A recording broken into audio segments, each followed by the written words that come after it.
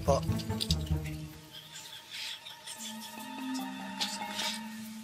Sabihin mo doon. Reposa, Oh. Bakit? sabihin mo raw sa Chokey na yan, hindi na siya invited sa Noche Buena ni Kuya Aga at ng pamilya niya.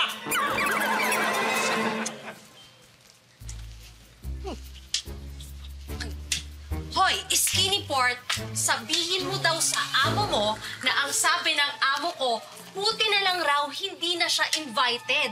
At least, hindi niya na kailangan magpanggap na masarap yung spaghetti niyang matabang. Halika.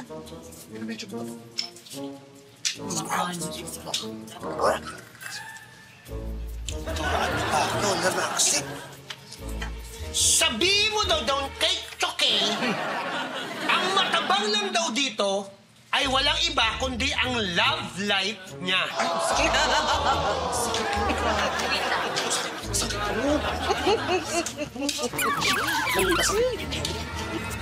Sabihin mo daw kay Lola Maxi na, wow! Anong sinabi ng matandang matagal nang walang Grabe.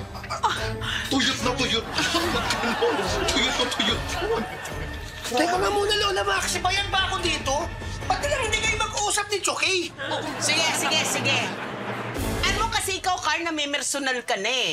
Ako pa? Oo nga. Hindi po. Kung gusto mo, tapusin na natin to. Sige po. Mag-usap tayo. Sige. Gamit ang kamao sa kamao. Ano na? Naku, huwag mo ako maanin, ha? Mag-usap tayo, Lola Maxi. Hindi pwede. Lola!